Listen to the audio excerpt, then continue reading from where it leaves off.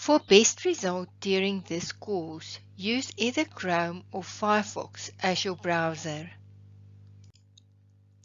There is a specific journey that you will follow when working with grades, called the grades journey. The first part of this course will focus on steps 1 to 9.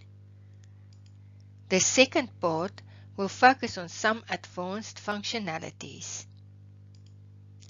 The options that will be explored are color coding, row visibility, smart views, categories, and reports. During this course, you will work through a number of activities. For most of the activities, you will watch a video, do a practice activity, and assess what you have learned. If you do not have a training course in which to practice, you can click on the button to request a training course when you close this video. It is important that you plan your time wisely. For each of the videos, there will be an indication of approximately how long it will take for you to watch the video and complete the activity associated with the video.